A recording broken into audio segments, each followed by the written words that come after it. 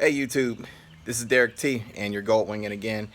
And what I want to do today is bring you all the fourth now episode of audio upgrades as far as my bike is concerned. I have learned several things now,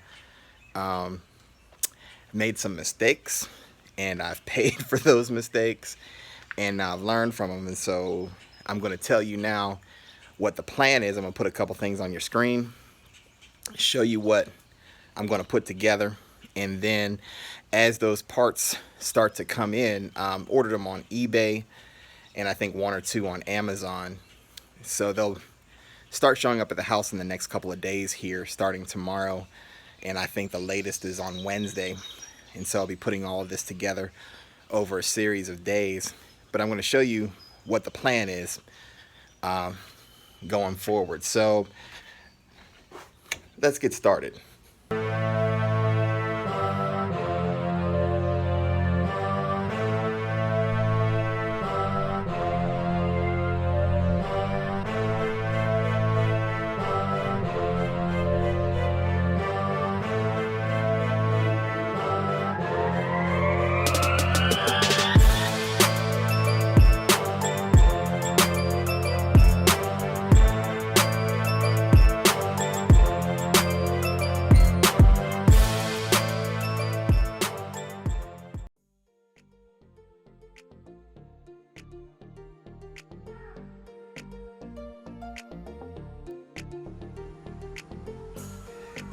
Okay, so here's the first lesson that I learned.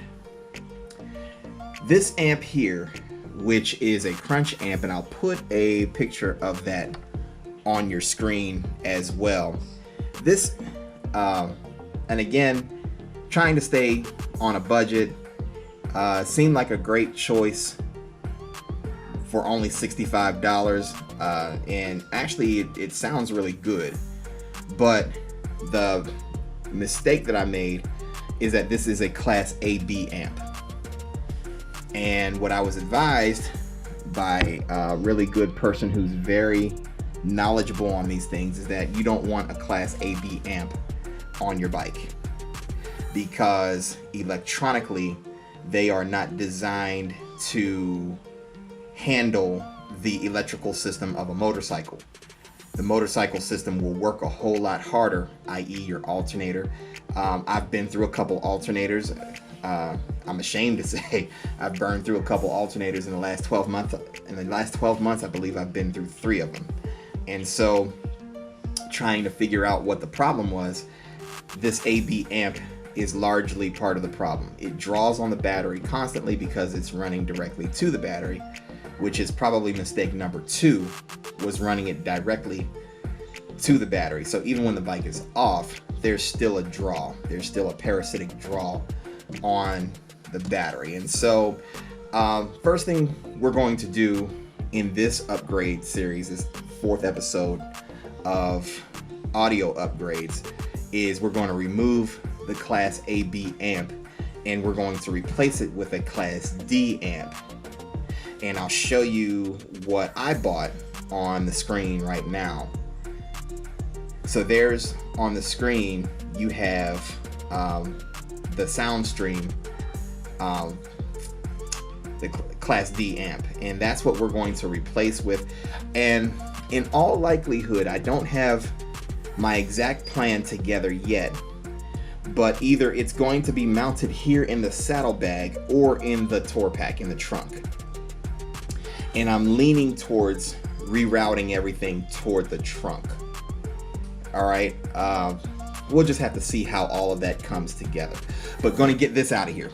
That's got to go. This is bad news. And actually, I've been told that it's actually a good thing that I've only had alternator problems, because in some of the worst case scenarios, some of these AB amps have caused bikes to catch fire. And so we're going to get that off of there a little bit sooner than immediately.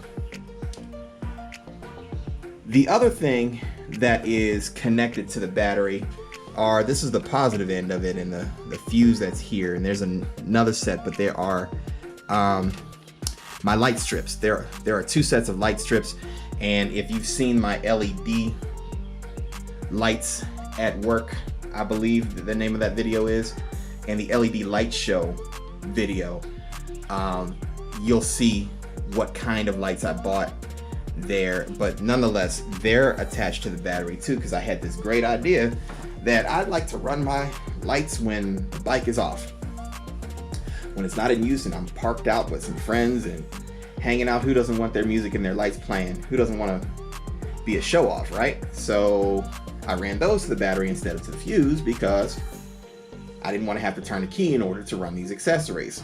So mistake number 2, just simply too many electronics running to the battery. It's causing the alternator to work harder than it needs to work. Of course, my phone is ringing. This is my daughter, so you are going to have to hang on 1 second. Hey, Dana. Hi. What you doing? Nothing. But were you busy?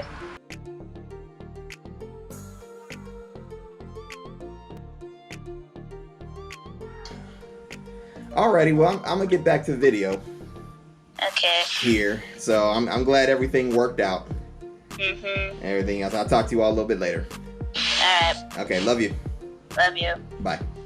Bye. Alright. Sorry about that, YouTube. I'm back. When the kids call, you gotta take a pause. So anyway, too many electronics on the battery. The subwoofer is also going here, and there's a reason why I'm showing this to you with the seat still on it, because it looks even worse if you take the seat off, and I just don't think I want to show you all the wiry mess that is underneath it. You all will just have to trust my word for it and don't do what I did. So this is a mistake that I am working to correct, and over the next few days we're going to develop a way to run all of the electronics but get them off of the main crank battery here, so that this battery is only being used to start the bike. And what we're going to do is we're going to add another battery. And this is the lesson that I learned from Brian Irons, who is a custom audio developer in York, PA. What he's going to do, what he taught me, was that we're going to put a battery in the trunk, and we're going to run wire from the trunk to the crank battery. And then we're also going to run a circuit breaker in between the two. And what that circuit breaker is going to do is going to be able to shut power off from the crank battery when the bike is not in use. Now, while the bike is in use, when I turn it on, the alternator will charge the crank battery, and the crank battery will make sure power is going to this battery, which will house all of the electronics. That is the sub, the head unit, the new amp, and the lights. All of those things will run off of a separate battery that will handle all of it, bike on or bike off. At the same time, it's not going to draw away from the crank battery when the bike's not in use, because there's going to be a kill switch where I'll be able to turn power off. And then even if I'm parked somewhere, if I got the lights and music running, I'm running only off of one battery back here. So in the meantime, when I start the battery, there will be plenty of charge in the crank battery. That's this one here. And the alternator will work to keep that charged while the bike is on. This should solve all of the electrical issues and keep the alternator from running overtime, trying to support everything. Even with a high output alternator, if you work it too hard, eventually it's going to get too hot and it's going to burn out. So, and that's exactly what has happened a couple of times, and I've been stranded a couple times as a result. So now I'm learning that many of my problems with the bike were self-inflicted. Lesson learned. and we're going to fix that. So here's a few things on your screen. There's the new battery, and the new battery, like I said, it's not one that necessarily has to fit a GoldWing because it's not being used as a crank battery, so it doesn't have to be an exact fit for the GoldWing. It just has to supply enough power to be able to support what's running from it. The second thing is the inline circuit breaker with a switch on it, and I'll show you that on the screen there. 12 bucks, not bad. And then some 4-gauge wire, and the 4-gauge wire we're going to use to run from the secondary battery to the main battery.